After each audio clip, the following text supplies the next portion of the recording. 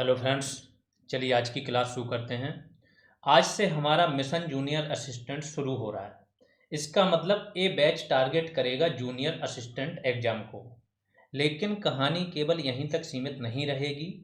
इसमें जो जीएस कराई जाएगी आपकी, उसका लेवल ना सिर्फ यूपी पीसीएस तक, यूपी पीसीएस से भी ऊपर जाएगा। 2-3 क्लासेज जैसे ही आपकी ख़त्म होंगी आपको समझ में आ जाएगा कि हम किस लेवल को लेके चल रहे हैं।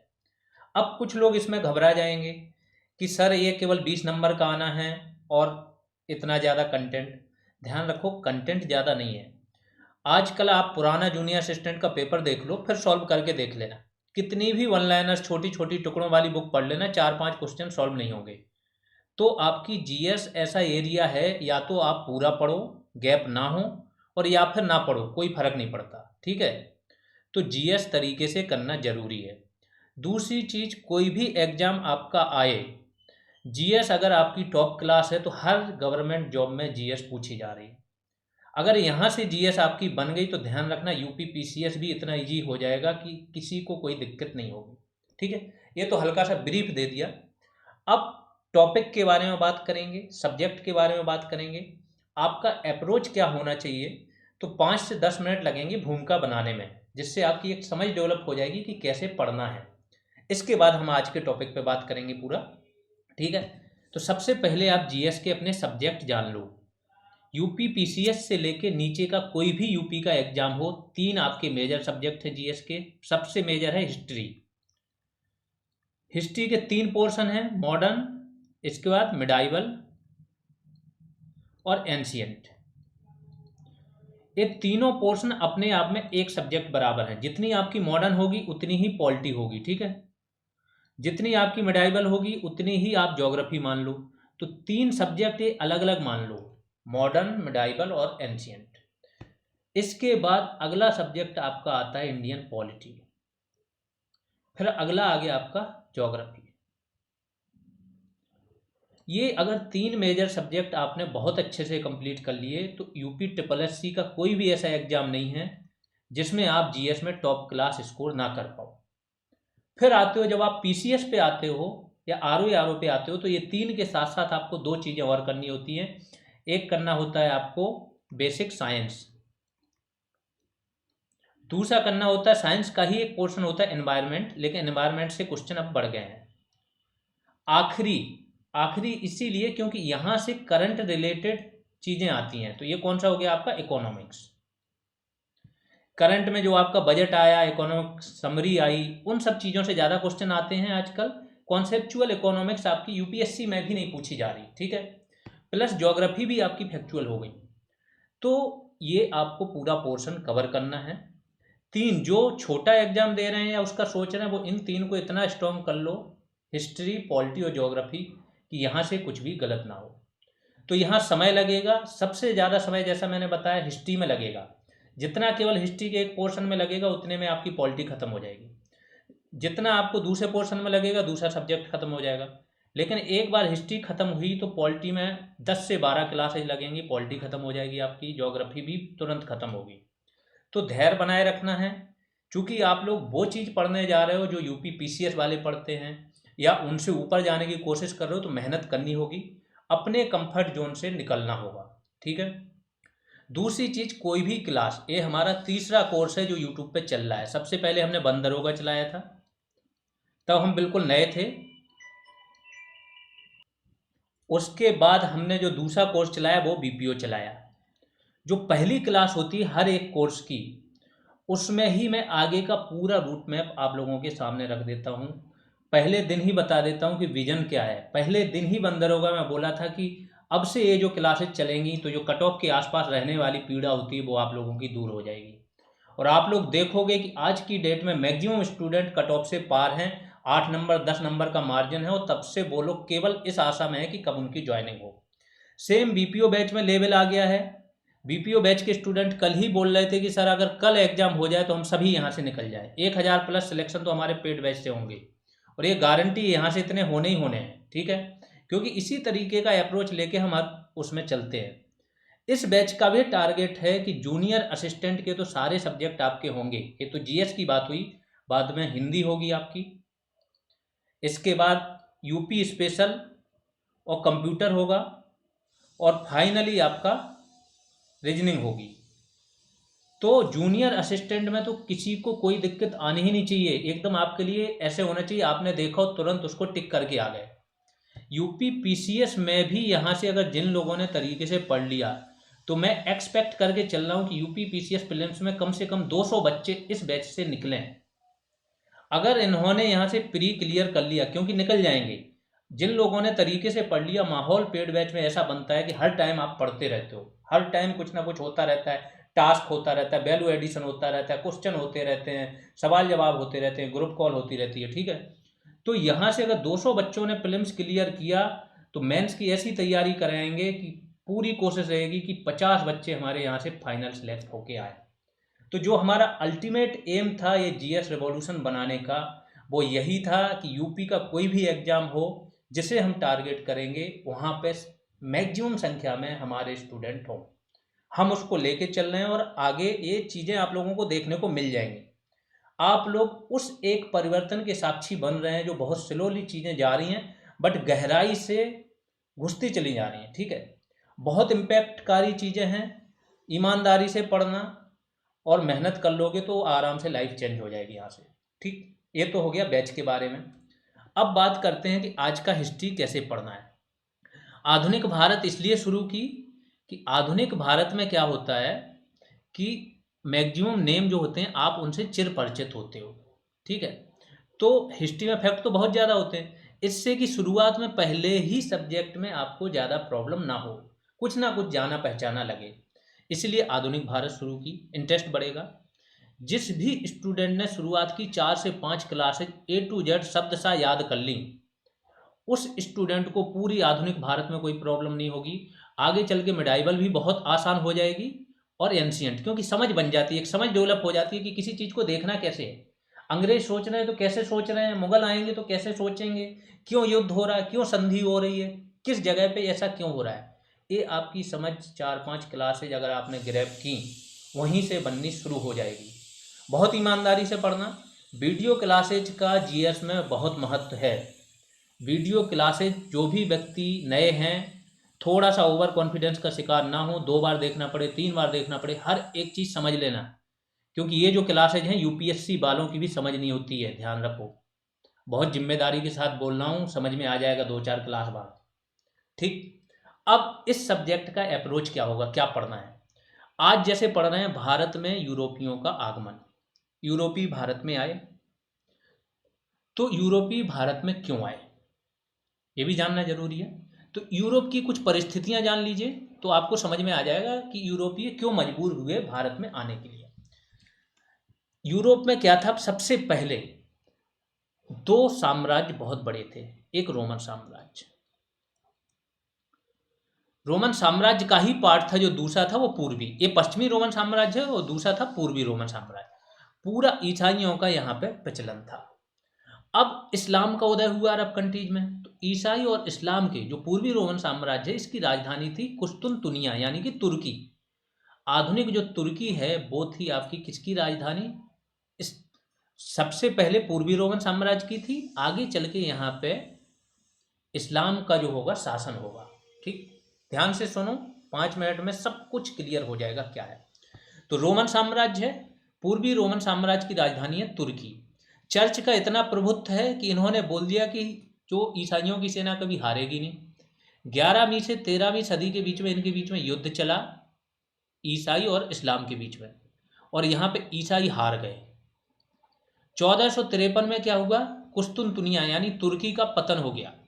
यहाँ पे जो रोमन साम्राज्य था उसका पतन हो गया और यहाँ पे इस्लाम का अधिकार हो गया। तो जब इस्लाम का अधिकार होगा तो जो भूमध्य सागर से ये लोग व्यापार कर रहे थे रोमन, वो बाधित हो जाएगा।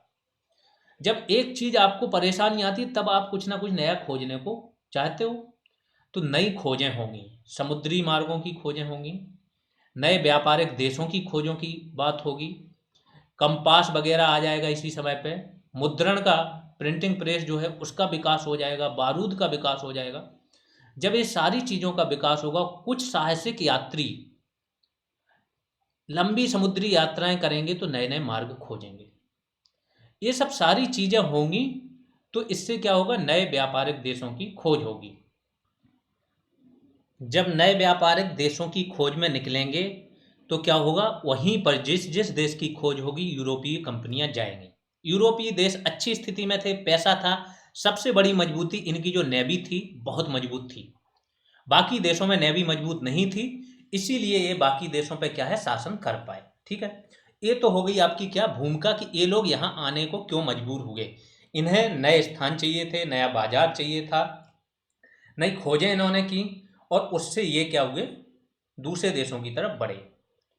तो यूरोपीय परिस्थितियां समझ ली, जान लो क्या है। रोमन साम्राज्य का पतन हुआ। 1453 में कुस्तुनतुनिया यानी कि तुर्की पर तुर्कों का अधिकार हो गया। इसलिए तो तुर्की आज भी अपने आप को खलीफा समझता है, खलीफा का निवास स्थान था तुर्की। ठीक है, अतः भूमध्य सागरीय व्यापार प्रभावित हुआ। जब भूमध्य सागर का इनका व्यापार क्या होगा, प्रभावित हो जाएगा, तो ये दूसरे मार्ग खोजेंगे, दूसरे देश खोजेंगे जहां ये व्यापार कर सकें। और व्यापारिक देश इस समय कौन कौन थे, एक तो रोम, दूसरा अरब जो भारत से व्यापार कर रहे थे। ठीक है, ये दो व्यापारिक देश हैं। दूसरी चीज क्या हुई, नए समुद्री मार्गों की खोज हुई। वास्को डिगामा, कोलंबस जैसे लोग पहुंचे नई नई जगह। ठीक है, कंपास, मुद्रण और बारूद की खोज हो गई। बारूद से क्या है, अपनी रक्षा करना सुलभ हो गया। कंपास से क्या हो गया, मैप, मैप से दिशा आपको पता चल गई तो आप पहुंचने लगे। और प्रिंटिंग प्रेस से जो भी आपने खोजें की, नक्शा बनाया, वो क्या है, आप प्रिंट कर सकते थे, तो आगे भी वो बढ़ा। एक पुर्तगाली राजकुमार था। पुर्तगाल अगर आपको पता हो तो यूरोप का सबसे बाहरी देश है, स्पेन के ऊपर लगा है पुर्तगाल। ठीक है, तो जो समुद्री सीमा से लगा है वही तो खोज करेगा। तो पुर्तगाल और स्पेन, इन्होंने समुद्री खोजों को बहुत बढ़ावा दिया। यहाँ का एक राजकुमार था हेनरी द नेविगेटर, इसने समुद्री यात्राओं तथा भौगोलिक खोजों को प्रोत्साहित किया। किसने, हेनरी द नेविगेटर ने। एक मिनट,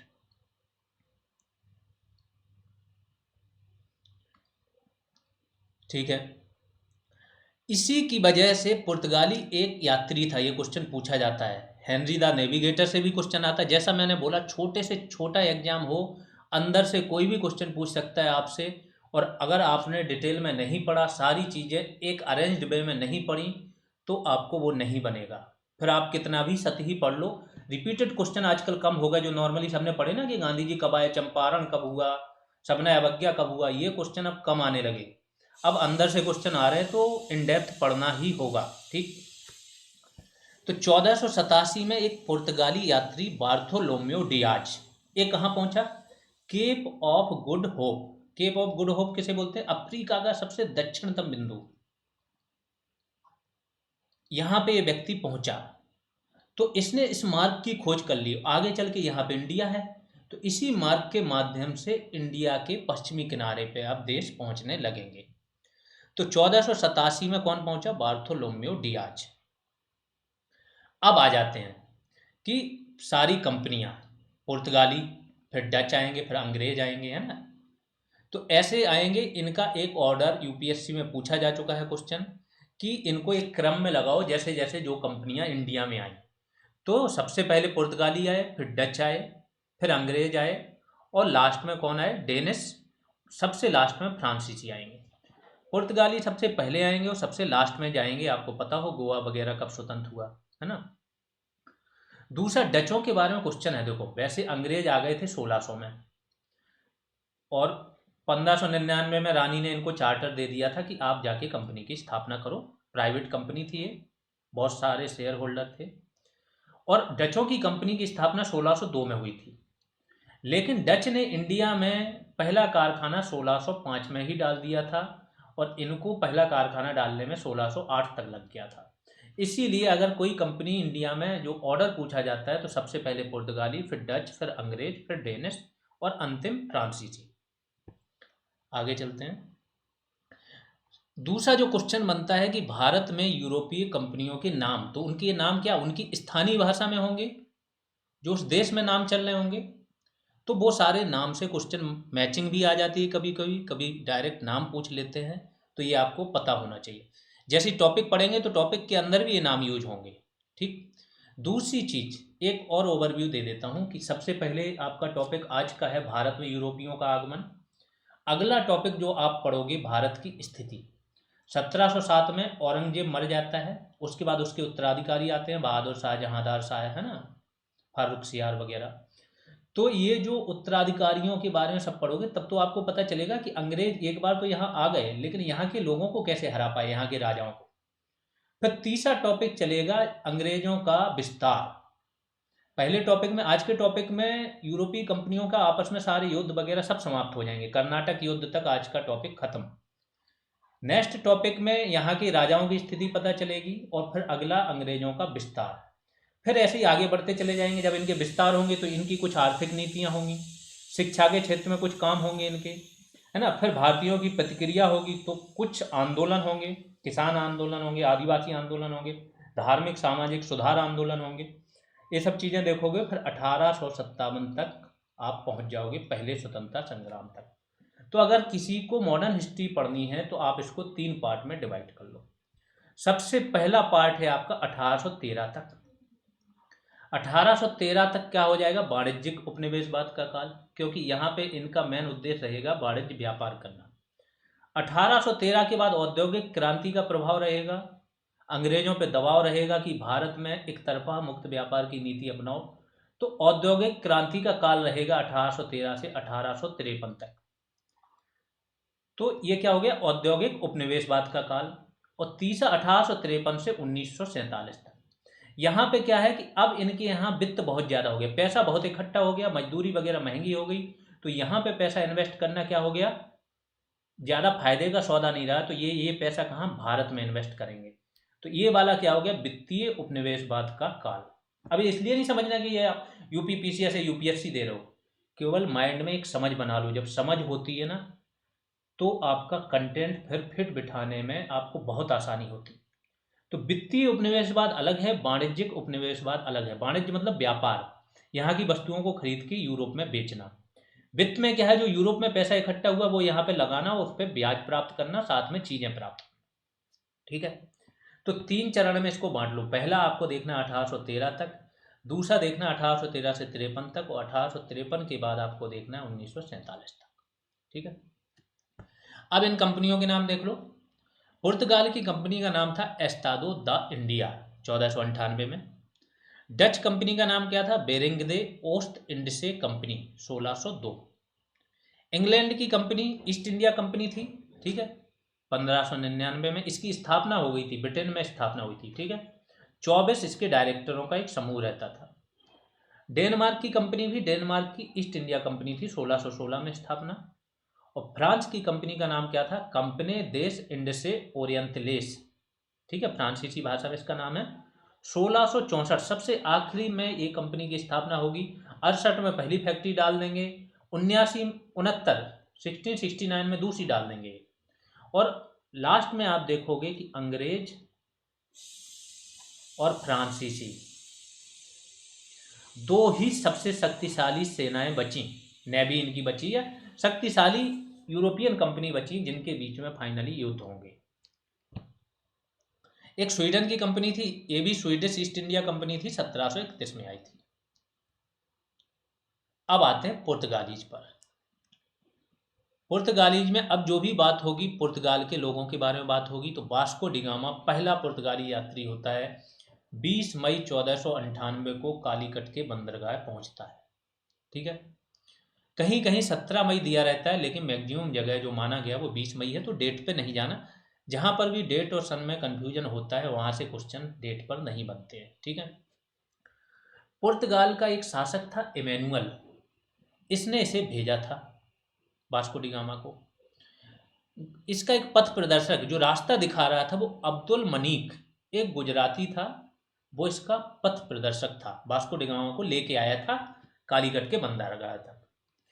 कालीकट के जब बंदरगाह पे ये आया तो कालीकट का शासक था जमोरिन, इसने इसका स्वागत किया वास्को डिगामा का।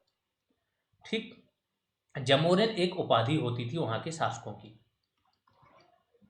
है ना, जो कालीकट के शासक थे उनकी उपाधि थी जमोरिन, उसी ने इसका स्वागत किया। जबकि अरबों ने इसका क्या किया, विरोध किया, क्योंकि यहाँ पे कौन से व्यापारी हैं, एक तो अरब के व्यापारी यहाँ पे हैं, दूसरे वेनिस के व्यापारी यहाँ पे हैं। यूरोपी तो अब आ रहे हैं, ठीक है, वैसे आपके वेनिस यूरोप से ही, इटली में ही है।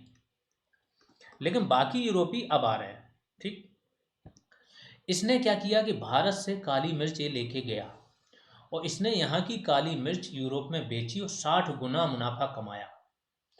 जब 60 गुना मुनाफा कमाएगा तो क्या होगा, इसको और लत लगेगी कि फिर से चलो, तो अब की बार और बड़े जहाजी बेड़े के साथ आएगा। बड़ा जहाजी बेड़ा लेके आएगा और कब आएगा, ये 1502 में दोबारा आएगा। ठीक है, इसके बाद ये तीसरी बार भी इंडिया आएगा, फाइनली कोच्चि में मर जाएगा, वहीं पे इसकी कब्र वगैरह बनी हुई है। ठीक, वहीं दफनाया गया इसको। 1500 में दूसरा पुर्तगाली यात्री, अब वास्को डी गामा की तो बात हो गई, दूसरा पुर्तगाली यात्री भी 1500 में आया। क्या नाम था इसका, पेट्रो अल्बरेज कैब्राल। ये कालीकट पहुंचा। 1502 में वास्को डी गामा दूसरी बार भारत आया और जैसा मैंने बताया बाद में इसकी मृत्यु भी भारत में हुई और कोच्चि में दफनाया गया। अब ये जो तथ्य हैं ये एक ऑर्डर में है, एक टाइमलाइन के साथ हैं, अरेंज्ड वे में है, एक कहानी की तरह आप सुनते जा रहे हो कि कैसे स्टार्ट हुई है। बहुत आसान होगा याद करना, जोर मत देना कि शुरुआत की पहली क्लास से ही हर चीज़ रटने पे जोर मत देना, समझते जाओ, पढ़ो, देखो, एक बार पढ़ो, 2 बार, 4 बार। जिस भी व्यक्ति ने 4-5 क्लासेस शुरुआत की पूरी याद कर ली, तरीके से एक समझ बना ली, फिर बता रहा हूँ उसकी आगे की जीएस बहुत आसान हो जाएगी। एक तो पहले हिस्ट्री आसान होगी, फिर उसको कैसे याद करना है, क्या अप्रोच होना चाहिए, पूरा माइंड मैप बन जाएगा। और ये चीज़ें आपने कर ली तो 4 क्लास बाद ही आप जाना, जो यूपीपीसीएस के टॉपर रहे हो चाहे जो निकाले हो उनसे बात कर लेना, आपके पास बेटर नॉलेज होगा इन टॉपिक्स में। ठीक है, अब आते हैं पुर्तगाली कंपनी की स्थापना। ये तो नागरिक थे, यात्री थे, अब उसकी कंपनी। 1503 में कोचीन में इन्होंने पहली फैक्ट्री डाली और यहीं पे पहला दुर्ग यानी कि किला। दुर्ग होता क्या था, दुर्ग कुछ नहीं होता था, एक भवन, बिल्डिंग बना देते थे, उसी को ही बोलते थे किला या फैक्ट्री। पहले मशीनें तो है नहीं जो फैक्ट्री में कोई सामान बनेगा, तो यहाँ पे क्या करते थे फैक्ट्री में कि जो भारत से सामान खरीदा, कपड़ा, नील, मसाले, अफीम और सोरा, इन्हीं चीज़ों को भारत से खरीदेंगे, यहाँ पे इकट्ठा करके रखते हैं। फिर जब इनके जहाज आएंगे तो उनसे ये क्या करेंगे, समुद्र के माध्यम से भेजेंगे, यूरोप में बेचेंगे, मुनाफा कमाएंगे, फिर यहाँ से भेजेंगे।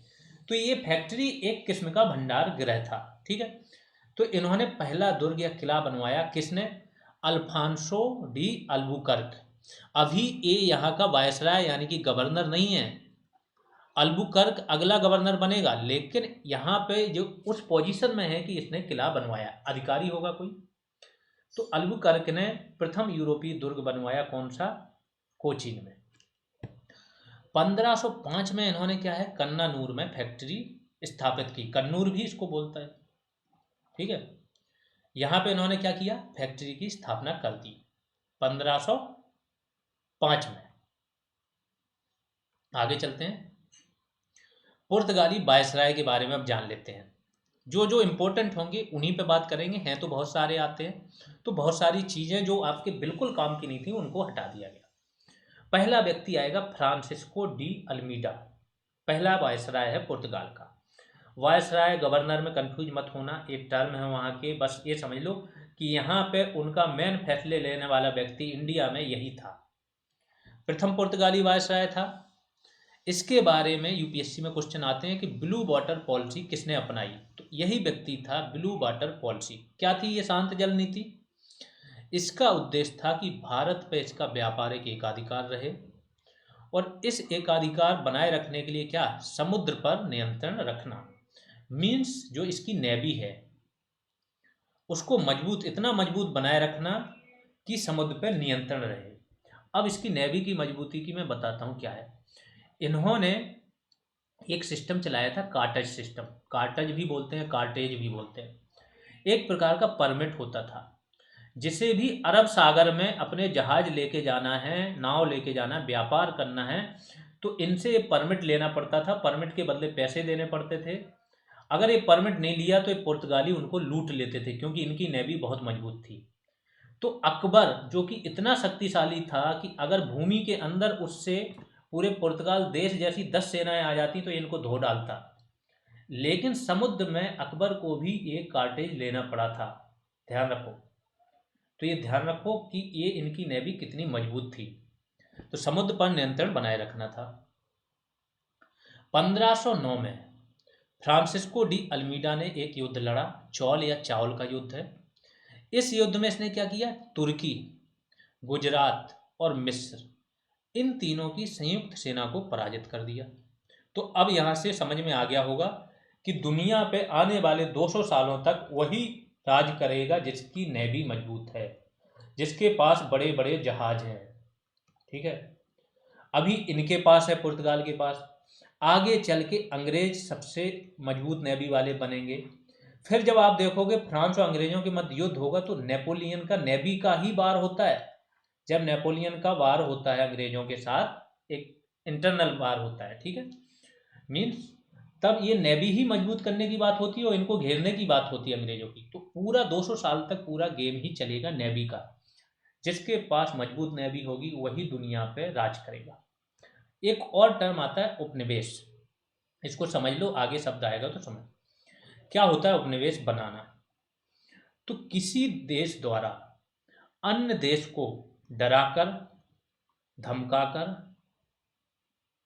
प्रत्यक्ष या अप्रत्यक्ष रूप से नियंत्रण करके, या तो प्रत्यक्ष नियंत्रण कर लिया जैसे भारत पे था, अप्रत्यक्ष नियंत्रण जैसे अभी चाइना करता है, लोगों को लोन दे देता है, इसके बाद उनकी सारी चीजें हड़प लेता है। ये भी एक प्रकार का उपनिवेशवाद है आज का, ठीक है। तो प्रत्यक्ष या अप्रत्यक्ष रूप से उसको नियंत्रण रख के उस देश के संसाधनों का दोहन करना, उस देश का शोषण करना, यही क्या है, उपनिवेशवाद। और यही सारे यूरोप के देश एक होड़ में मच जाएंगे कि वो एशिया और अफ्रीका के देशों को कैसे अपना उपनिवेश बनाएं और वहाँ शोषण करें, वहाँ के संसाधनों को यूरोप में लेके आए। ठीक है। दूसरा इनका वायसराय बन के आया, किसका, पुर्तगालीज की बात हो रही, ध्यान रखो। अभी पुर्तगीज की बात हो रही, आगे चल के डच की बात होगी, फिर अंग्रेजों की बात होगी। तो दूसरा पुर्तगीज वायसराय था अल्फांसो डी अल्बुकर्क। 1509 से 1515 तक ये रहा इसका शासनकाल। इसी ने ही पहला किला बनाया था जो मैंने बताया कोचीन में। उस टाइम ये वायसराय नहीं था। इसको माना जाता है कि पुर्तगाली साम्राज्य का वास्तविक संस्थापक यही है, क्योंकि इसने इतनी जगह जीत हासिल की थी कि पूरी शक्ति बढ़ा दी थी। 1510 में क्या करेगा, बीजापुर का सुल्तान रहेगा यूसुफ आदिल शाह, इससे ये गोवा छीन लेगा। आगे चल के गोवा ही इनका मेन बेस बनेगा, जैसा मैंने बोला कि सबसे आखिरी में गोवा से ये जाते हैं, है ना, पुलिस कार्रवाई करनी पड़ती है। तो 1510 में ये गोवा के उससे शासक से, बीजापुर के शासक से गोवा छीन लेंगे। और आगे चल के 1530 में नीनो डी कुन्हा इनका वायसराय रहता है। उसके शासनकाल में ये क्या करेंगे, गोवा को बेस बनाएंगे, मुख्यालय बना देंगे, राजधानी बना देंगे। इस व्यक्ति ने सती प्रथा पर प्रतिबंध लगा दिया। पुर्तगालियों को भारतीय महिलाओं से विवाह करने हेतु प्रेरित किया, जिससे कि पुर्तगालियों की संख्या बढ़े। तो ये पुर्तगाली जो जिस लिए फेमस थे, जनसंख्या बढ़ाना अपनी खुद की, दूसरा चीज धर्म परिवर्तन कराने के लिए बहुत ज्यादा ये लोग ना फेमस थे। जो हिंदू थे उनको कन्वर्ट कराना ईसाइयों में, लूट मार के लिए बहुत ज्यादा फेमस थे, लूट लेते थे, चोरी कर लेते थे। तो ये सब चीजें इनकी विशेषताएं थी पुर्तगालियों की। मलक्का स्टेट देखी होगी, जल संधि। जल संधि क्या है, एक हल्का सा नैरो मार्ग होता है समुद्र में, वहीं से सारे जहाज जाते हैं। तो मलक्का बहुत इंपॉर्टेंट है ना, हिंद महासागर में पड़ती है। तो मलक्का और हारमुज पर इसने अधिकार कर लिया था जल संधि पे, तो इसकी शक्ति बहुत ज़्यादा बढ़ गई थी। 1511 में किया था। अगला इनका वायसराय आएगा नीनो डी कुन्हा, 1529 से 1538 तक ये व्यक्ति रहेगा। इसके बारे में मैंने बताया है कि ये क्या करेगा, गोवा को राजधानी बना देगा। 1530 में कोचीन की जगह गोवा को राजधानी बनाएगा। अब जो लेटेस्ट क्वेश्चन पूछे जाते हैं वो यही पूछे जाते हैं, भारतीय मुगल सम्राटों और इन सब के यूरोपियन के बीच कैसे रहते थे। तो अकबर ने हुगली तथा शाहजहां ने बंदेल, एक जगह है, इस यहाँ पे कारखाना स्थापित करने की अनुमति दी थी। किसको, पुर्तगालियों को। पुर्तगालियों का बहुत ज़्यादा प्रभाव था, पुर्तगाली अकबर के दरबार में बहुत ज़्यादा मजबूत थे। जहांगीर को तो इन्होंने ईसाई धर्म में कन्वर्ट करने का प्रयास किया था। सपोज करो अगर जहांगीर ईसाई धर्म में कन्वर्ट हो जाता तो इंडिया में ईसाइयों की संख्या बहुत ज़्यादा होती है, ठीक है। जहांगीर ने ही इसको फिर अनुमति दी। दूसरी चीज़, जहांगीर जब अनुमति 1608 में, ठीक है, 1608 में जहांगीर अनुमति दे देता है अंग्रेजों को सूरत में फैक्ट्री लगाने की, तो पुर्तगालियों का इतना प्रभाव रहता है कि अनुमति वापस लेने को मजबूर कर देते हैं और जहांगीर बाद में अनुमति वापस ले लेता है और बोल देता है अंग्रेजों से कि यहाँ से निकलो। तो ये है इनका प्रभाव मुगल दरबार में। आगे चलते हैं, पुर्तगालियों के उद्देश्य क्या थे। शुरुआत में इनके उद्देश्य थे कि अरबों को, जो अरब व्यापारी है, क्योंकि अरब का पता होगा कि 8वीं शताब्दी में, सदी जिसको बोलते हैं, अरब से ही मुख्य व्यापार इंडिया का होता था। अरबी घोड़े वगैरह नाम सुना होगा आपने। अरब ने ही सिंधु नदी को इंदु बोलते थे ये लोग, अरब जो थे। यहीं से हिंदू शब्द निकला और हिंदुस्तान शब्द भी यहीं से निकला, सिंधु नदी से निकला ये सब, ठीक है। तो अरबों तथा वेनिस के व्यापारियों को भारत से बाहर करना शुरुआती उद्देश्य था। दूसरा था ईसाई धर्म का प्रचार प्रसार करना और धर्मांतरण कराना। ये लोग चोरी तथा लूटपाट हेतु प्रसिद्ध थे। डायरेक्ट ऐसे ही क्वेश्चन आ जाते हैं कि चोरी और लूटपाट हेतु कौन प्रसिद्ध थे, ईसाई धर्म का प्रचार प्रसार करने या धर्मांतरण कराने के लिए बदनाम कौन लोग थे, यही थे। अब आ जाते हैं कार्टेज पद्धति, ऐसे बोलते हैं आर्म्ड काफिला। इसमें क्या था कि बिना परमिट के भारतीय और अरबी जहाज, इनका अरब सागर में प्रवेश वर्जित। दक्षिण में अरब सागर है ना, तो यहाँ पे प्रवेश ही वर्जित कर दिया, यहाँ प्रवेश ही नहीं कर सकते, या तो परमिट लेके आओ। परमिट कौन देगा, वायसराय पैसा लेके। अगर आप बिना उसके प्रवेश करते हो, हम लूट लेंगे, जिम्मेदारी हमारी नहीं होगी। अकबर को भी कार्टेज लेना पड़ा था। अगला है 1632 में शाहजहां के समय बंगाल का गवर्नर था कासिम खान। इसने क्या किया, पुर्तगालियों से हुगली छीन लिया। तो अब इनकी बुराई शुरू हो गई है, झगड़ा शुरू हुआ है बादशाह से। तो ये क्वेश्चन बहुत बार पूछा गया है और ये हो नहीं पाता लोगों से कि पुर्तगालियों को हुगली से किसने खदेड़ा था। तो शाहजहां के समय में कासिम खान ने। गवर्नर कौन लगाता था उस टाइम, मुगल बादशाह ही लगाता था गवर्नर, सूबेदार राज्य का, तो ये कासिम खान था। अगला है औरंगजेब ने चटगांव, चटगांव आजकल बांग्लादेश में है, उस टाइम बंगाल में आता था, और यहाँ के चटगांव के पोर्ट को, बंदरगाह को बोला जाता था पोर्टो ग्रांडे। पोर्टो ग्रांडे मतलब महान पोर्ट। यहाँ से पुर्तगाली जो समुद्री लुटेरे होते थे उनका सफाया किया था किसने, औरंगजेब ने। पुर्तगाली एक गवर्नर था अल्फांसो डिसूजा। कब से कब तक, 1542 से 45 के बीच में। इसके साथ पहला जेसुइट पादरी फ्रांसिस्को जेवियर भारत आया था, और आपको पता है जेवियर के नाम से बहुत सारे स्कूल चलते हैं मिशनरियों के, है ना। तो पहला मिशनरी यही आया था। आगे चल के मिशनरियों की गतिविधियां यहाँ पे तेज हुई। अब पुर्तगालियों का भारत पे क्या प्रभाव पड़ा, तो इन्होंने भारत में तंबाकू, अफीम, काजू, अनन्नास, लाल मिर्च की खेती की शुरुआत इन्होंने ही कराई, वहां से लेके आए। प्रिंटिंग प्रेस की स्थापना भी सर्वप्रथम पुर्तगालियों ने की, कहाँ, भारत में। 1556 में गोवा में प्रथम प्रिंटिंग प्रेस की स्थापना की। और एक आयुर्वेद पे ग्रंथ था, आयुर्वेद और जड़ी बूटियों पे, वो पहला ग्रंथ छापा गया था। इंडो गोथिक, अगर आपको पता हो कि इंडो गोथिक एक स्थापत्य कला की शैली है। मुंबई में बहुत सारी बिल्डिंग हैं जो इंडो गोथिक कल्चर में बनी हुई हैं। मुंबई का जो छत्रपति शिवाजी टर्मिनस है वो भी इसी उसमें बना हुआ है, ठीक है। तो इस स्थापत्य कला शैली को कौन लेके आए थे, पुर्तगाली। अगले उस पे आते हैं दूसरी कंपनी। यहाँ पे इनकी कहानी शुरू हुई। इनके बारे में एक चीज और पूछा जाता है, इनका आखिरी बैटल पूछा जाता है, आखिरी बड़ा बैटल 1612 में बैटल ऑफ स्वाली, स्वाली का जो युद्ध है, तीनों का पूछा जाता। देखो, इनका स्वाली हो गया, डच का क्या हो जाएगा, डचों का हो जाएगा बैटल ऑफ बेदरा, और फ्रांसीसियों का हो जाएगा बांडी बास। कि इनकी आखिरी अंतिम बड़ी लड़ाई, उसके बाद ये लोग बिल्कुल कमजोर हो गए, या तो इंडिया छोड़ के चले गए। तो ये आखिरी बड़ी लड़ाई है सबकी। बांडीवास हो गई फ्रांसीसियों की, डच की बेदरा हो गई, इनकी थी बैटल ऑफ स्वाली 1612 में। डचों पे बात कर लेते हैं। भारत आने वाला प्रथम डच नागरिक कौन था, कार्नेलिस डी हस्तमान। 1602 में डच कंपनी की स्थापना हुई, नाम क्या था, बेरिंगदे ओस्ट इंडसे कंपनी।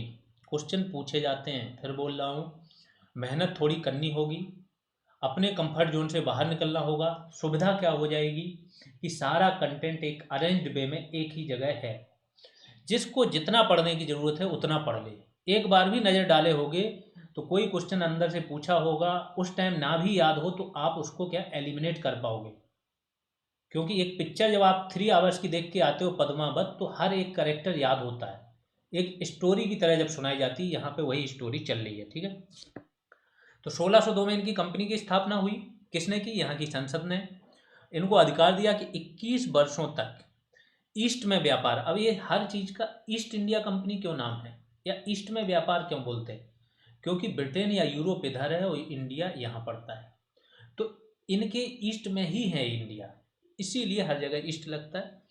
तो 21 वर्षों तक इन्हें ईस्ट में व्यापार की अनुमति दी गई। 1605 में ये पहली फैक्ट्री लगा देंगे मसूलीपट्टनम में। अब ये लोग देखो जहां जहां भी फैक्ट्री लगाएंगे वो भी देखो सारे आपके बंदरगाह वाली चीजें हों। सूरत, मसूलीपट्टनम,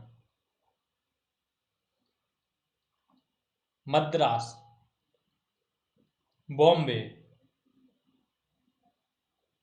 सब वही जगह होंगी जहां पे बंदरगाह हों, कालीकट वगैरह।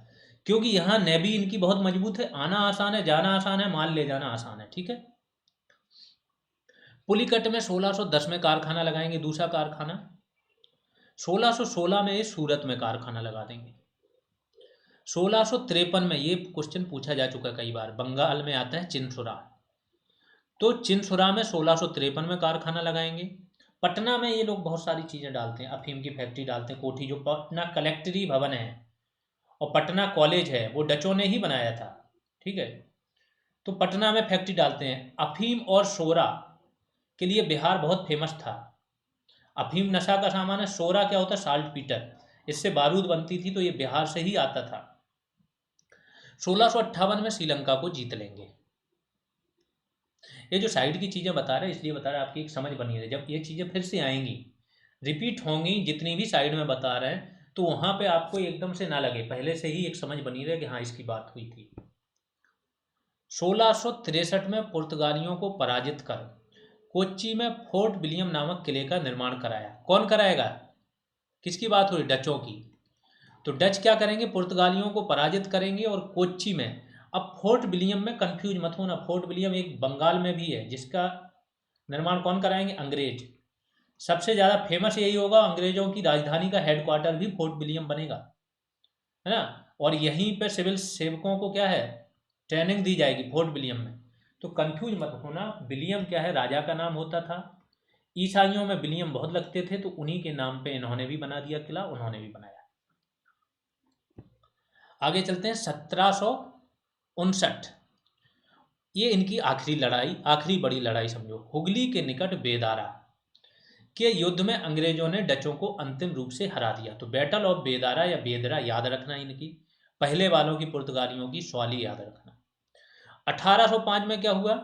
अंग्रेजों ने क्या किया? डचों को चिनसुरा एवं मलक्का के बदले, इनको बोला कि आप चिनसुरा छोड़ो और मलक्का की जो स्ट्रेट है जल संधि उसे छोड़ो, इसके बदले सुमात्रा का टापू दे दिया और भारत से इनको पूर्णतया बाहर कर दिया। इन लोगों का भी जो मेन व्यापार था जावा, सुमात्रा, इंडोनेशिया वगैरह में था डचों का, और ये भी यहाँ पे खुश थे। अन्य तथ्य जान लो। डच फैक्ट्रियों के जो प्रमुख होते थे उन्हें फैक्टर कहा जाता था। डच किस किस चीज़ का व्यापार करते थे? नील, सोरा, सूती वस्त्र, रेशम, सीसा और अफीम, ये सारी चीज़ें भारत से खरीद के बाहर भेजेंगे। अब देखो जब ये लोग शुरुआत में आएंगे तो शुरुआत में क्या करते थे? वहाँ से सोना, चांदी और बहुमूल्य रत्न लेके आते थे यूरोप से। उसके बदले में यहाँ से क्या खरीदते थे? यही सारी चीज़ें, सूती वस्त्र, सोरा, नील, रेशम, सीसा, अफीम, उसको यहाँ से खरीदेंगे। तो इंडिया में क्या सोना चांदी आ रहा है, बहुमूल्य रत्न आ रहे हो, यहाँ से केवल क्या जा रहा है? ये चीज़ें। तो इंडिया और ज़्यादा समृद्ध हो रहा था शुरुआत में, और जो यूरोप की समृद्धि थी वो यहाँ पे आ रही थी। कई लेखकों ने इसके बारे में लिखा है। अब जब ये कुछ टाइम यहाँ रह लेंगे, यहाँ की स्थिति देख लेंगे कि यहाँ के राजा वगैरह कुछ लेना देना नहीं, आपस में लड़ रहे हैं, आपस में क्या अपनी फैमिली में लड़ रहे हैं, उत्तराधिकार का युद्ध चल रहा है। फिर यहाँ पे मौका देखेंगे और ये मौका खोजेंगे कि क्यों ना हम ऐसा कोई व्यवस्था बनाएं जिसमें भारतीय पैसों से ही भारत का क्या, ये सामान खरीदें। तो भारतीय राजस्व से ही भारत का सामान खरीदा जाए और इसे भेजा जाए कहाँ पे, यूरोप में। तो अगला जो चरण होगा वो यही होगा। और तीसरा चरण क्या होगा कि फिर ये और मौका ताड़ेंगे आगे चल के, डुप्ले एक फ्रांसीसी आएगा 1742 में। ये भारत में देख लेगा कि जो मुगल साम्राज्य के खंडहर हैं, मुगल साम्राज्य का पतन हो गया, उस पे हम एक यूरोपीय साम्राज्य बना सकते हैं। और जब हमारा राजनीतिक नियंत्रण होगा तो हम सारी सहूलियत दे देंगे, सीमा शुल्क वगैरह हटा देंगे, सारी चीज़ें दे देंगे, कच्चे माल पे अधिकार कर लेंगे, है ना, और जो तैयार माल है यहाँ बेचेंगे। तो वो यहाँ पे सपना देखेगा कि हम यहाँ पे शासन भी कर सकते हैं। तो तीसरा जो इनका चेंज होगा, फिर ये क्या देखेंगे कि भारतीय राजस्व से ही नहीं खरीदना है चीज़ें, भारत पर नियंत्रण करना है और इनकी सारे संसाधनों का दोहन करना है। ये सोचेगा, लेकिन अंग्रेज फाइनली सक्सेस होंगे और वो ये काम शुरू कर देंगे। ठीक। एक शब्द आता है इनक्विजिशन। इनक्विजिशन क्या था? पुर्तगालियों द्वारा स्थापित धार्मिक न्यायाधिकरण या न्यायालय थे। अगले उस पर चलते हैं, अंग्रेज। भारत आने वाला प्रथम अंग्रेज कौन था? Thomas Stephens. ऐसे डायरेक्ट क्वेश्चन आ जाते हैं कि भारत आने वाला प्रथम अंग्रेज कौन था। कब आया था ये? पुर्तगालियों के साथ आया था, पादरी के रूप में आया था 1579 में। गोवा में आया था ये। गोवा में बहुत सारी चर्च हैं, है ना। दूसरा अंग्रेज का नाम है, ये तो यात्री है, इसका तो बहुत बार पूछा जा चुका है कि किसके शासनकाल में आया था, क्या है, क्या बुक लिखी इसने। ठीक है। तो दूसरा अंग्रेज था राल्फ फिंच, जो कब आया था? 1588-89। ये कौन सा दौर है? 1588 और 89। इसमें क्या हो रहा है कि इसने एक इबादत खाना बनवाया था, है ना। अकबर ने 1575 में इबादत खाना में क्या करता था ये? अलग अलग धर्म के लोगों से वाद विवाद कराता था। बाद में मजहर की घोषणा कर दी थी, अकबर की बात बता रहा है। ठीक है। तो फतेहपुर सीकरी भी बस चुका था।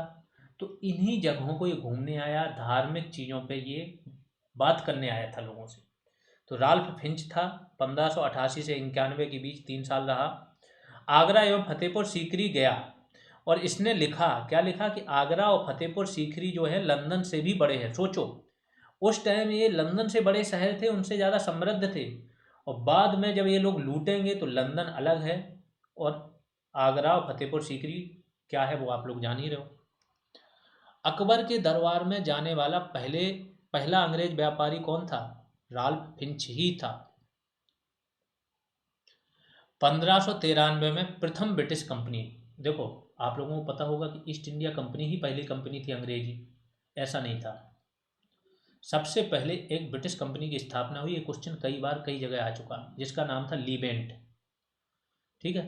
तो प्रथम ब्रिटिश कंपनी लीबेंट, इसको भारत में व्यापार का अधिकार प्राप्त हुआ 1593 में। सन, ये सारे सन मैंने इसलिए लिख दिए कि एक क्रोनोलॉजी में लगे हैं, तो इसको देखते जाना, बहुत ज़्यादा जोर मत देना। फिर मैंने बोला कि शुरुआत में आपको स्टार्टिंग की 4 से 5 क्लासेज में जितना जोर देना है, जितनी मेहनतें यहाँ लगेगी, फिर बहुत आसान हो जाएगा हर चीज़ याद करना। याद क्या क्या करना है? नाम, किसी का नाम, वर्ष, स्थान, संधि, इतना याद करना है। स्थान में जहाँ पे युद्ध हुआ है, जहाँ पे संधि हुई, जो भी चीज़ हो, वर्ष, नाम, वायसराय का नाम, व्यक्ति का नाम, सेनापति का नाम, ये 4 चीज़ों पे जोर देना। ठीक है। बाद में काम क्या हुआ या परिणाम क्या हुआ। 1599 में एक साहसी व्यापारी था जॉन मिल्डन हॉल। ये प्रथम अंग्रेज था जो थल मार्ग यानी कि स्थल मार्ग से भारत आया था और 1599 में चला था, 1603 में ये आगरा पहुंच पाया। तो जॉन मिल्डन हॉल के बारे में क्वेश्चन आता है। अब आते हैं east India company. East India company, इसका नाम क्या था? The governor and company of merchants of trading into the east Indies. The governor and company of merchants, व्यापारियों की कंपनी थी। ट्रेडिंग, व्यापार कर रही कहाँ पे? Into the east Indies. तो ए वाला इंडिया वाला एरिया ईस्ट इंडीज ही कहा जाता था। ठीक। 24 सितंबर 1599 को ईस्ट इंडिया कंपनी की स्थापना हुई थी। 31 दिसंबर 1600 में ब्रिटेन में ये सारा काम हो रहा है। महारानी एलिजाबेथ थी प्रथम। इन्होंने क्या किया? पूर्व में व्यापार हेतु 15 वर्षों का अधिकार किसको दे दिया? ईस्ट इंडिया कंपनी को। अगला व्यक्ति रहेगा वहाँ का शासक, जैसे अभी चार्ल्स द्वितीय है, आपको पता है ब्रिटेन के शासक कौन है, चार्ल्स द्वितीय। तो ये कौन थे, जेम्स प्रथम। 1609 में क्या करेंगे, जेम्स प्रथम ने व्यापार अधिकार अनिश्चित काल के लिए बढ़ा दिए। ठीक है, जो व्यापारिक अधिकार थे जो केवल 15 वर्षों के लिए दिए थे, वो इसने अनिश्चित काल के लिए बढ़ा दिए। और उसमें एक क्लॉज डाल दिया कि कभी भी हम इसको समाप्त कर सकते हैं, केवल 2 वर्ष पूर्व आपको बता देंगे कि ये समाप्त हो रहे हैं। ठीक। ईस्ट इंडिया कंपनी, प्रथम गवर्नर इसका कौन था, टॉमस स्मिथ। और 217 इसके साझेदार थे इस कंपनी में, 217 लोगों का पैसा लगा हुआ था, ये पार्टनर थे। और यही पार्टनर मिलके बाद में डायरेक्टरों का 24 डायरेक्टरों का चुनाव करते थे, वही डायरेक्टर इस कंपनी को चलाते थे। प्राइवेट कंपनी थी, आज की डेट में भी ये कंपनी है, और इस कंपनी को खरीदा है एक इंडियन ने। बहुत छोटी सी कंपनी है, बहुत ज़्यादा अब काम नहीं करती है। कैप्टन विलियम हॉकिंस, हल्का सा। अब आते हैं व्यक्ति पे कि कौन व्यक्ति कब आया। तो कैप्टन विलियम हॉकिंस था भारत आने वाला ईस्ट इंडिया कंपनी का प्रथम जहाज था हेक्टर, इससे ये भारत आया था। और 1608 में ये कहाँ पहुंचेगा, सूरत। सूरत में अब सारा इन लोगों का जोर है कि सूरत में इनकी फैक्ट्री डले। ब्रिटिशों पे अंग्रेजों पे बहुत जोर देना, क्योंकि अंग्रेज ही अब मेन काम करेंगे। धीमे धीमे करके इन्होंने देखो डचों को भगा दिया, पुर्तगालीज को सीमित कर दिया। ठीक है, तो ये सूरत पहुंचेगा और फिर आगे चल के ये मुगल सम्राट जहांगीर से मिलने आगरा पहुंचेगा।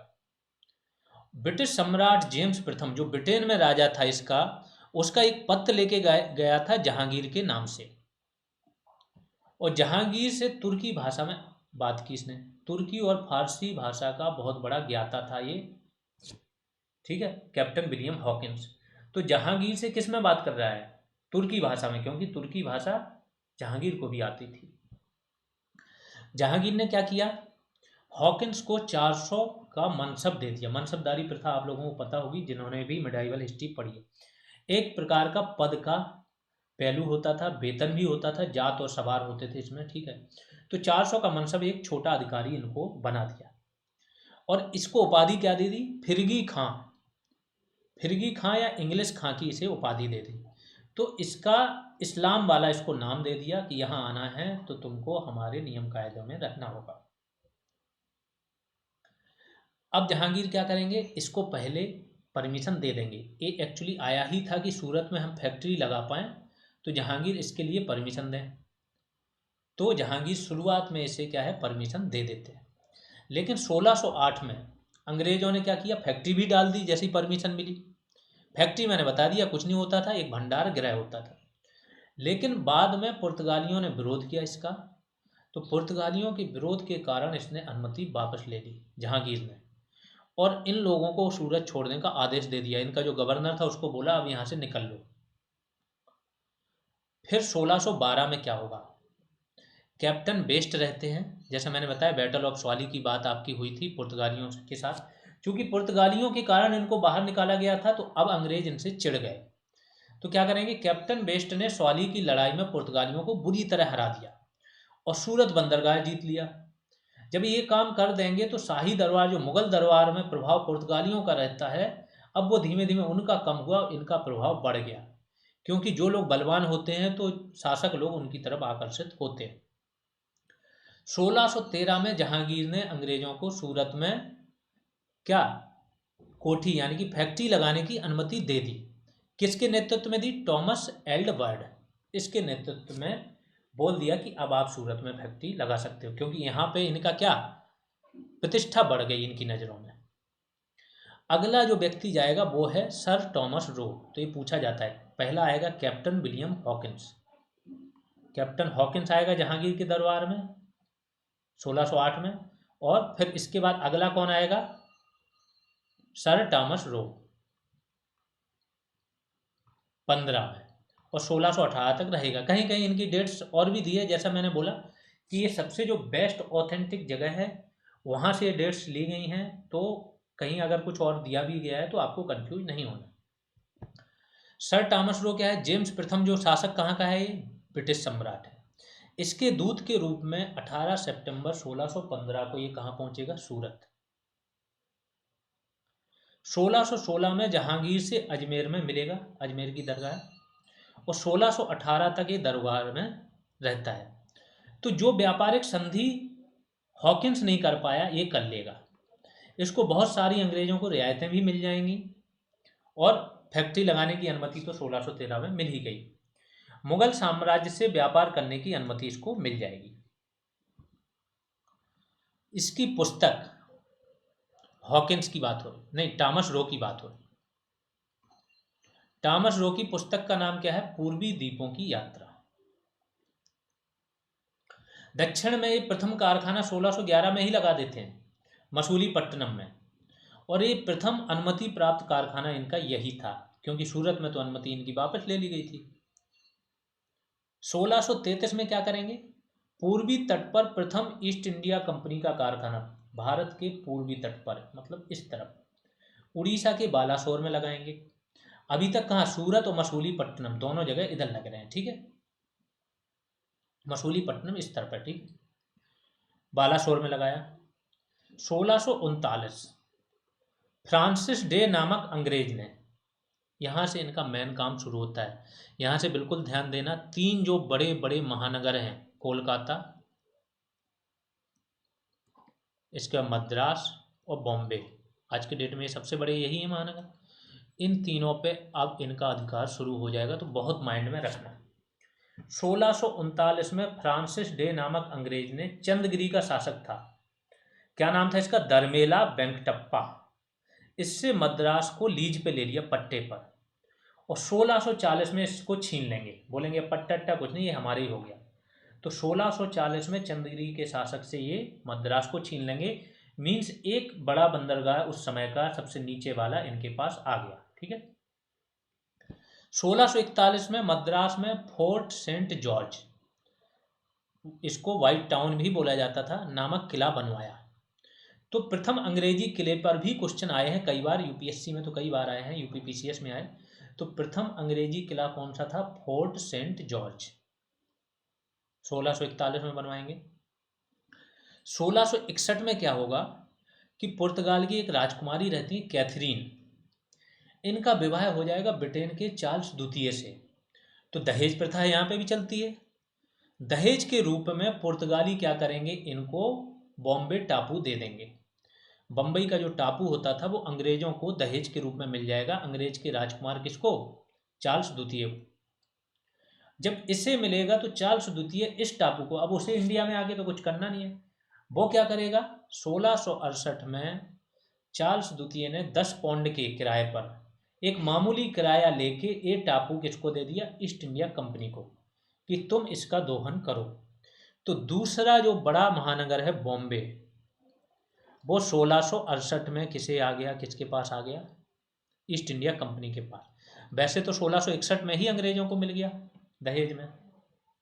दो हो गए हैं, ध्यान रखो, मद्रास हो गया, बॉम्बे हो गया। मद्रास में तो सबको पता भी होगा, आप लोगों को कमेंट में बताना, खासतौर से जो लोग भी बीपीओ वाले हैं, कि मद्रास में स्थानीय स्वशासन कब शुरू हुआ था, यानी कि प्रथम नगर निगम कहाँ बना था। जॉर्ज ऑक्सिनडेन बम्बई का प्रथम गवर्नर था, इसका नाम भी याद रखना। अगला चलते हैं, बंगाल का प्रथम अंग्रेज गवर्नर विलियम हेजेज था। ये नाम दे दिया, अभी बंगाल पे या कोलकाता पे इनका अधिकार नहीं हुआ, तीसरा बाकी है। तो बंगाल का प्रथम अंग्रेज गवर्नर कौन था? William hedges. अब क्या होगा? 1686 में औरंगजेब ने अंग्रेजों को हुगली से बाहर खदेड़ दिया, ये तो बताया था। और इस टाइम गवर्नर कौन था? John child. अंग्रेजों का गवर्नर कौन था? John child.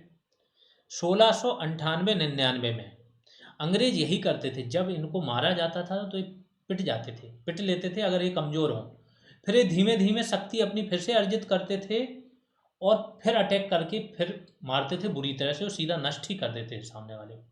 तो इनकी बहुत बड़ी खासियत थी अंग्रेज़ों की, इनसे बहुत कुछ सीखा इंडियन राजनेताओं ने, और उसी रणनीति के तहत आज इंडिया, अमेरिका हो चाहे जो, सबको एकदम सामने से जवाब देता है और नीचा दिखा देता है। क्यों? क्योंकि अंग्रेज़ों से ये सब चीज़ें सीखी कि जब अंग्रेज कमज़ोर होते थे वो पिट लेते थे, लेकिन वो धीमे धीमे अंदरूनी शक्ति अर्जित करेंगे, समय लेंगे। तो स्लो और ग्रेजुअल ये प्रोसेस था इनका, एक ही बार में इन्होंने कभी नहीं सोचा कि हमें इंडिया पे शासन करना है, ठीक है। 1698-99 में क्या हुआ, बंगाल का सूबेदार था अजीम उस्सान। इसकी अनुमति के बाद कंपनी ने 1200 रुपये में, ठीक है, सुतानाती, 3 गांव हैं ये, ध्यान रखो, ये भी क्वेश्चन आता है, सुतानाती, गोविंदपुर और कलिकाता, इसकी जमींदारी 1200 रुपये में कंपनी को मिल गई, ईस्ट इंडिया कंपनी। अगर ईआईसी बोला जाए, ईस्ट इंडिया कंपनी बोला जाए, अंग्रेज बोला जाए, तीनों का मतलब एक ही समझना, ठीक है। तो 1200 रुपये में इन 3 गांवों की जमींदारी मिल गई और इन्हीं तीनों गांवों को मिला के कोलकाता शहर बसाया गया। 1699 में क्या हुआ, इन्हीं तीनों गांवों को मिलाकर एक व्यक्ति था जॉब चारनाक, इसने कोलकाता की स्थापना की, इसलिए कोलकाता का जनक किसे बोला जाता है, जॉब चारनाक को। और यहाँ पे इसने फोर्ट विलियम किला बनवाया, जैसा मैंने बोला डचों ने भी बनवाया था ये और अंग्रेजों ने भी बनवाया था, और अंग्रेजों का जो फोर्ट विलियम का किला था वो ज़्यादा फेमस था। 1701 में औरंगजेब ने क्या किया, भारत में रहने वाले सभी यूरोपियों को गिरफ्तार करने का आदेश दिया, क्योंकि यूरोपियों का सबसे मेन काम क्या था, ये धर्मांतरण पर भी जोर देते थे। औरंगजेब, जिसे जिंदा पीर कहा जाता है, इस्लाम का जो शुद्ध रूप होता है उसका अनुयायी था, संगीत, म्यूजिक, चित्रकला सब बंद करा दिया था इसने, है ना। अब जब इस व्यक्ति से भिड़ोगे तो ये क्या करेगा, सीधा हर बार जब मौका मिलेगा मारने का आदेश देगा। लेकिन चूंकि ये जहाँ पे हैं सूरत वगैरह में, वहाँ तक ये काफ़ी दिल्ली से दूर पड़ जाते थे, तो इतने ज़्यादा मजबूत नहीं थे, प्लस इनकी नेवी बहुत मजबूत थी अंग्रेजों की, तो जहाज में भर के समुद्र में चले जाते थे, फिर मामला शांत हुआ तो फिर आ गए, ऐसे चलता था। अब एक फरमान है, दस्तक फरमान, ठीक है, कर मुक्त व्यापार की बात होगी इसमें, इसको याद रखना, आगे चल के पलासी की जो लड़ाई होगी उसका मेन कारण ही ये फरमान बनेगा। 1715 में क्या हुआ, जॉन सरमैन या जॉन सुरमन इस व्यक्ति का नाम है, इसके नेतृत्व में एक दल मुगल सम्राट फारूक सियार से मिला। फारूक सियार का नाम जान ही रहे होगे, घृणित कायर था, है ना, 1713 से 19 तक रहेगा ये। तो इस व्यक्ति से मिला, इसको एक फोड़ा हो रखा था, ठीक है, वो फोड़ा ठीक ही नहीं हो रहा था, मरने वाला था ये, इसकी स्थिति गंभीर थी, ठीक है। चलो ये बैच की जानकारी ले लो, जो लोग भी पेड बैच से जुड़ना चाहते हैं जूनियर असिस्टेंट के, वो जुड़ सकते हैं। यहाँ पे आपको सारी पीडीएफ्स मिलती रहेंगी, टॉपिक वाइज एमसीक्यूज प्रोग्राम चलेगा, रिवीजन प्रोग्राम के साथ साथ टास्क दिए जाएंगे टाइम टू टाइम पे, वैल्यू एडिशन क्लासेज जहाँ पे ज़रूरत होंगी आएंगी, फुल टेस्ट भी होंगे जब आपका सब्जेक्ट खत्म होगा, और रेगुलर ग्रुप कॉल होगी, ये सारी सुविधाएं मिल जाएंगी आपको। टाइम टू टाइम पे आपको पता होना चाहिए कि जो भी कार्यक्रम होते हैं, एक माहौल यहाँ पे ऐसा बना रहता है कि दिन भर क्लासरूम जैसा माहौल बना रहता है, आप कुछ ना कुछ पढ़ते रहते हो, नहीं भी पढ़ने का मूड है तो ग्रुप में किसी ने कोई क्वेश्चन डाल दिया, कोई चीज़ डाल दी, वो देख लेते हो, तो यहाँ पे माहौल ऐसा बना रहता है कि ना चाहते हुए भी आपको हर एक चीज़ याद हो जाती। अगर ये माहौल 2-2.5 महीने के लिए रहा और लोगों ने इसका फ़ायदा ले लिया, तो जो आपका लेवल बंदरोगा में आया था, एनवायरनमेंट ऑफ फॉरेस्ट्री में, जो बीपीओ में पंचायती राज स्कीम कंप्यूटर यूपी स्पेशल पे आ गया, सेम जीएस में, हिंदी में और इन सारी चीज़ों में आ जाएगा, ठीक है।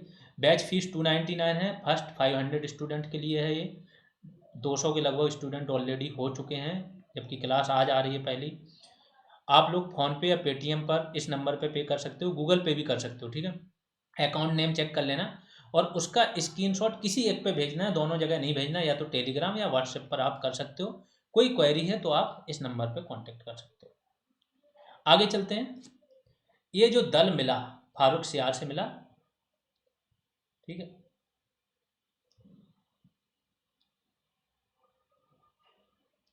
इसमें कौन था, विलियम हैमिल्टन नाम का एक डॉक्टर था। ये क्या करेगा, इनका ये जो फोड़ा है ना, जो गंभीर बीमारी है वो दूर कर देगा, ठीक कर देगा। ये व्यक्ति खुश हो जाएगा फारूक सियार, और एक फरमान जारी करेगा दस्तक नाम का।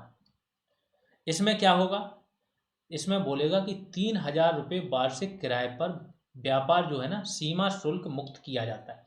2 चीज़ों में बिल्कुल कंफ्यूज मत होना, आयात निर्यात और सीमा शुल्क।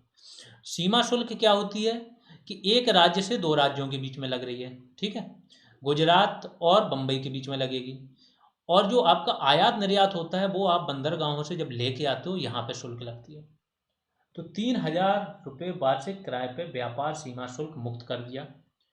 इनके जो बम्बई प्रेसिडेंसी, जैसा मैंने बोला कि बम्बई इनको कब मिल गया, 1661 में दहेज में मिल गया, 68 में पूरी तरह मिल गया। तो बम्बई में इनके गवर्नर आ गए। यहाँ पे जो भी सिक्के ढल रहे हैं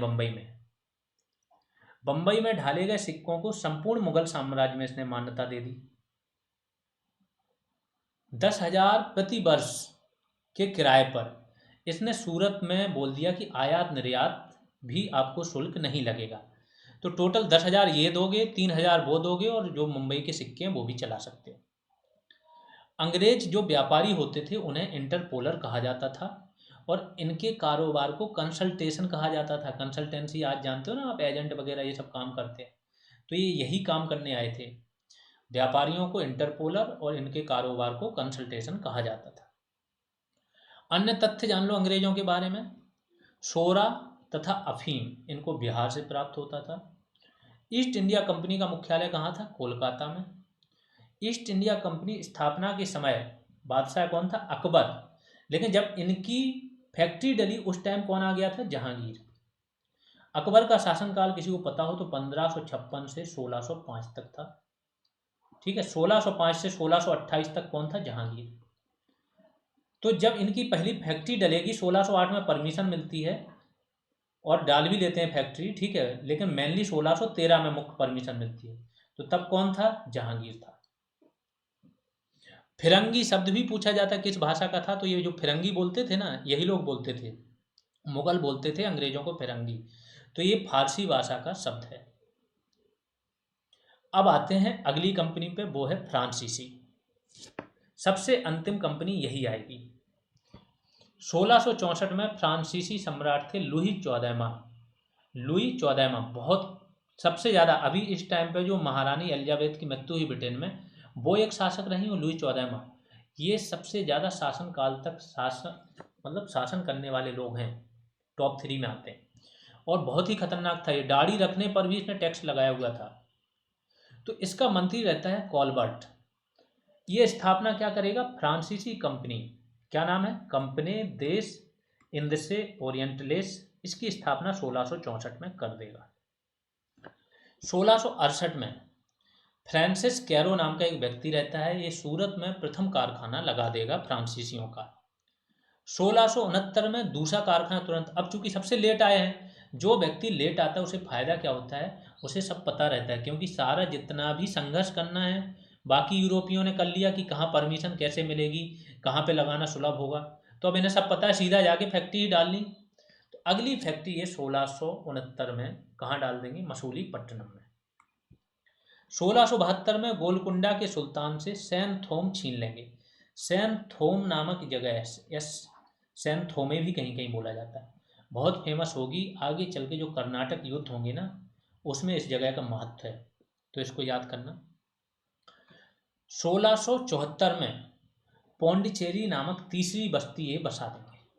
ठीक है, दो तो ये मसूलीपट्टनम सूरत तो पता ही है, तीसरी फैक्ट्री ये पौंडीचेरी में लगा देंगे और तीसरी इनकी कॉलोनी बन जाएगी 1690 से 91 के बीच में। ठीक है, चंदनगर आपको पता होगा, चंदनगर है बंगाल में। चंदनगर नामक बस्ती बसाई।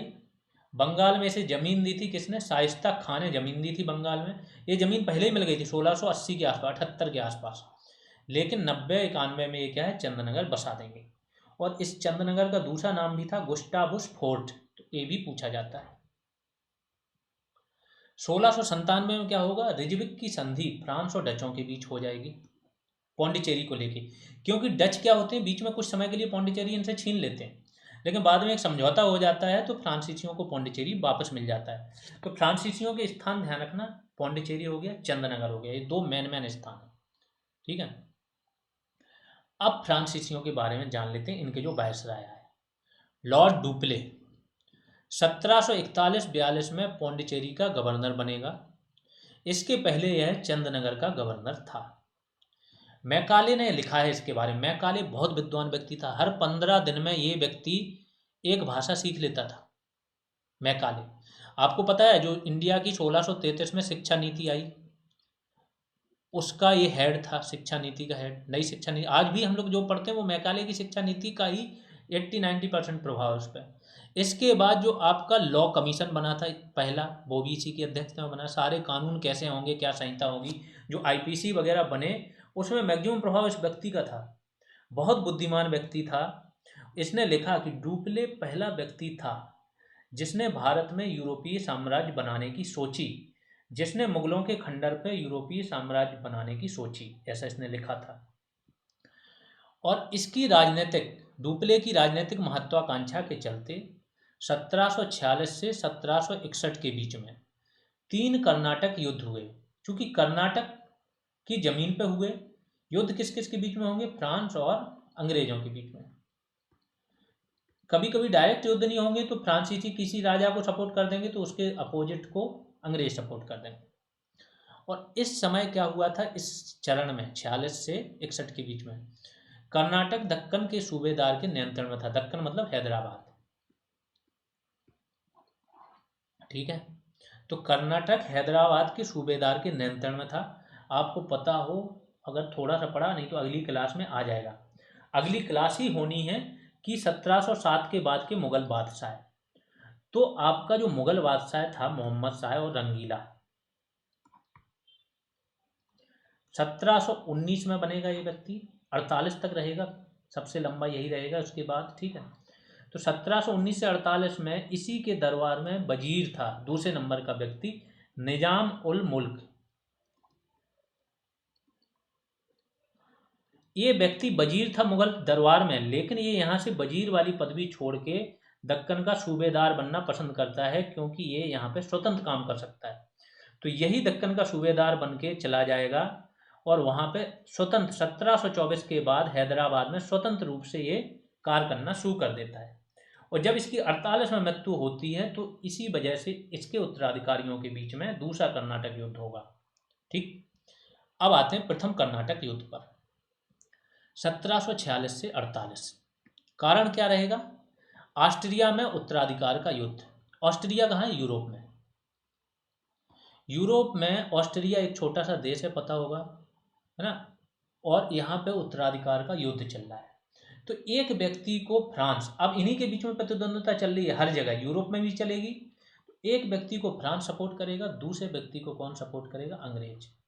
ये प्रतिद्वंद्विता बहुत टाइम तक चलती रहेगी। अमेरिका में भी जो क्रांति हुई यूएसए की, उसमें भी फ्रांसीसियों ने यूएसए को सपोर्ट किया था और अंग्रेज अपना बचा रहे थे, क्योंकि अंग्रेज ही थे यूएसए में रहने वाले, इन्हीं की बस्तियां थी। तो इनके बीच हर जगह प्रतिद्वंद्विता वहां चलेगी और जहां जहां इनके उपनिवेश हैं वहां युद्ध चलने लगेगा। तो ऑस्ट्रिया में जो उत्तराधिकार का युद्ध हो रहा था, उसी वजह से यहाँ पे भी युद्ध इनका छिड़ गया। तात्कालिक कारण क्या था कि अंग्रेज का एक कैप्टन था बर्नेट, इसने क्या किया, फ्रांसीसी जहाज़ों पर अधिकार कर लिया। घटनाक्रम समझ लो क्या क्या था। डुप्ले कौन है, फ्रांसीसी। इसने मॉरिशस के फ्रांसीसी गवर्नर, मतलब मॉरिशस भी फ्रांस का ही उपनिवेश था। मॉरिशस पता होगा आपको, हिंद महासागर में। तो यहाँ के फ्रांसीसी गवर्नर लाबोर्दे ने इसके सहयोग से अंग्रेजी गवर्नर मोर्स को 1746 में हरा दिया। और जैसे ही हराएगा युद्ध शुरू हो जाएगा। तो मद्रास पे किसका अधिकार हो गया, फ्रांसीसियों का। अभी मैंने बताया था कि मद्रास, बॉम्बे और कोलकाता, 3 किसके पास है, अंग्रेजों के पास। और चंदनगर और पौंडीचेरी किसके पास है, आपके फ्रांसीसियों के पास। लेकिन यहाँ पे इस युद्ध में मद्रास पे फ्रांसीसियों का अधिकार हो गया। फिर 1747 में कैप्टन पैराडाइज के नेतृत्व में फ्रांसीसी सेना ने अंग्रेज समर्थित कर्नाटक के नवाब, कर्नाटक का नवाब था अनबरुद्दीन, जिसे कौन समर्थन दे रहा था, अंग्रेज। तो इसे कौन, फ्रांसीसी पराजित कर देंगे। किस युद्ध में, सेंट थोम, यानी कि सेंट थोमे के युद्ध में। तो ये युद्ध बहुत फेमस है। सेंट थोमे का युद्ध कब हुआ था, प्रथम कर्नाटक युद्ध में हुआ था। कहाँ पे स्थित है ये, अडयार नदी के किनारे है। कौन हारा था, अनबरुद्दीन नामक नवाब हारा था, जिसे अंग्रेज सपोर्ट कर रहे थे। 1748 में एक संधि होगी। अब यहाँ पे आपको युद्ध, सन, स्थान, संधि और व्यक्ति के नाम, राजाओं के नाम, ये याद आगे चल के रखना है हर एक चीज। तो संधि का नाम है एक्स ला सापेल। इसकी संधि द्वारा युद्ध समाप्त हो जाएगा। ये संधि कहाँ पे हो जाएगी, यूरोप में। और वहां पे संधि हो जाएगी तो यहाँ पे युद्ध समाप्त हो जाता था। मद्रास अंग्रेजों को लौटा दिया गया और फ्रांस को अंग्रेजों ने कहाँ जमीन दे दी? उत्तरी अमेरिका में, क्योंकि अमेरिका किसका उपनिवेश है? अंग्रेजों का। तो उत्तरी अमेरिका में लुइसबर्ग का क्षेत्र फ्रांस को दे दिया अंग्रेजों ने कि तुम यहाँ पे ले लो, वो चीज छोड़ दो। अगला द्वितीय कर्नाटक युद्ध होगा 1746 से 48। पहला चला 48 में क्या होगा? मृत्यु हो जाएगी जो नवाब है हैदराबाद का, निजामुल मुल्क, उसकी मृत्यु होगी तो उसके उत्तराधिकारी आपस में लड़ने लगेंगे। ठीक, इसीलिए द्वितीय कर्नाटक युद्ध शुरू होगा। कारण क्या था? हैदराबाद में उत्तराधिकार का युद्ध। 1748 में निजाम उल मुल्क आसफ जाह की मृत्यु हो गई। इसमें किस किस के बीच में हुआ? नासिर जंग, मुजफ्फर जंग, अनवरुद्दीन, चांदा साहेब। तो इन दो व्यक्तियों को अंग्रेज सपोर्ट कर रहे थे, इधर नासिर जंग को कर रहे थे, इधर अनवरुद्दीन को। और फ्रांसीसी किसे सपोर्ट कर रहे थे? मुजफ्फर जंग और चांदा साहेब को। होगा क्या कि ये व्यक्ति की भी मौत हो जाएगी, कुछ समय बाद ये भी मर जाएगा। तो फ्रांसीसी बहुत मजबूत हो जाएंगे डुप्ले के नेतृत्व में। लेकिन अंग्रेज दबाव बनाएंगे फ्रांसीसियों पे वहां पे यूरोप में कि इसको वापस बुलाओ डुप्ले को। डुप्ले को ये लोग वापस बुला लेंगे, यही इनकी सबसे बड़ी गलती रहेगी फ्रांसीसियों। अब 1749 में बैटल ऑफ अंबूर, अंबर में एक युद्ध हुआ। इसमें क्या है? अनवरुद्दीन पराजित हुआ और इसकी मौत हो गई। जैसा मैंने बोला, जिस जिसको अंग्रेज सपोर्ट कर रहे दोनों मर जाएंगे। 1750 होगा, इसे थोड़ा सा करेक्ट कर लें। 1750 में कुड़प्पा के नवाब ने नासिर जंग को भी मार दिया और डुप्ले की शक्ति जो है वो इस समय चरम पे पहुंच गई। मुगल सम्राट आलमगीर द्वितीय था। मुगल सम्राट कहाँ पे बैठ रहा है? दिल्ली वाले की बात हो रही है। ये क्या करेगा? डुप्ले को नवाब खां की उपाधि दे देगा। जैसे ही देखते हैं कि ये व्यक्ति ज्यादा शक्तिशाली निकला, उसको उपाधि देने से नहीं चूकते थे। 1754 में क्या होगा? अंग्रेजों के दबाव में डुप्ले को फ्रांसीसी वापस बुला लेते हैं फ्रांस, और यही इनकी सबसे बड़ी गलती मानी जाती है। नहीं तो हो सकता है कि अंग्रेज की जगह फ्रांसीसी यहाँ पे कब्जा किए होते। और नया गवर्नर बन के आता है गोडेहू। 1755 में पौंडीचेरी की संधि से युद्ध समाप्त हुआ। तो दो संधियां हो गई, पहली एक्सला सापेल, द्वितीय कर्नाटक युद्ध पौंडीचेरी की संधि से समाप्त हुआ। आखिरी युद्ध है, यहाँ पे यूरोपियों का सारा काम खत्म हो जाएगा। ठीक है। तृतीय कर्नाटक युद्ध 1757 से 1763 के बीच में चला है। कहीं कहीं 56 से 63 भी होता है, लेकिन फिर मैंने बोला जहाँ पे भी डाउट है वहाँ पे क्वेश्चन नहीं आते, क्योंकि अलग अलग बुक में अलग अलग चीज़ें लिखी हैं। कारण क्या था इसके बीच में? इंग्लैंड और फ्रांस के बीच यूरोप में एक सप्तवर्षीय युद्ध शुरू हो गया था। 7 वर्षों तक इंग्लैंड और फ्रांस में युद्ध चला। 63 में वहाँ पे युद्ध समाप्त होगा तो यहाँ पे भी समाप्त हो जाएगा। तात्कालिक कारण क्या था? क्लाइव द्वारा चंदनगर पर कब्जा करना। जैसा मैंने बताया कि पौंडीचेरी और चंदनगर किसकी बस्ती है? फ्रांसीसियों की। और क्लाइव किसका शासक है? क्लाइव अंग्रेज गवर्नर है। अंग्रेज गवर्नर है जो 1757 में बन के आया, और पलासी के युद्ध के समय भी यही व्यक्ति रहेगा। काफी मजबूत व्यक्ति था। अंग्रेजों के साम्राज्य को जिसने ठोस आधार प्रदान किया वो क्लाइव ही था, लॉर्ड क्लाइव। तो क्लाइव द्वारा चंदनगर पर कब्जा कर लिया गया, इसलिए तृतीय कर्नाटक युद्ध आपका शुरू हो गया। घटनाक्रम में जान लेते हैं। 1758 में क्या हुआ? विशाखापट्टनम में चंदुर्थी नामक एक जगह थी, यहाँ पे युद्ध हुआ और युद्ध में अंग्रेजों ने फ्रांसीसियों को हराया। तृतीय कर्नाटक युद्ध में क्या होगा? अंग्रेज बहुत मजबूत हो जाएंगे, तो इसमें फ्रांसीसियों को धो धो के हराएंगे। ठीक है। 1760 में इनकी आखिरी लड़ाई शुरू। अंग्रेज सेनापति था आयर कूट, और ये क्या था? काउंट डी लाली। काउंट डी लाली क्या था? फ्रांसीसी। तो आयर कूट ने फ्रांसीसी लाली के नेतृत्व वाली फ्रांसीसी सेना को हरा दिया, बुरी तरह से हराया। ये इनका ऐसा युद्ध था, इसके बाद फ्रांसीसी पूरी तरीके से यहाँ से टूट गए।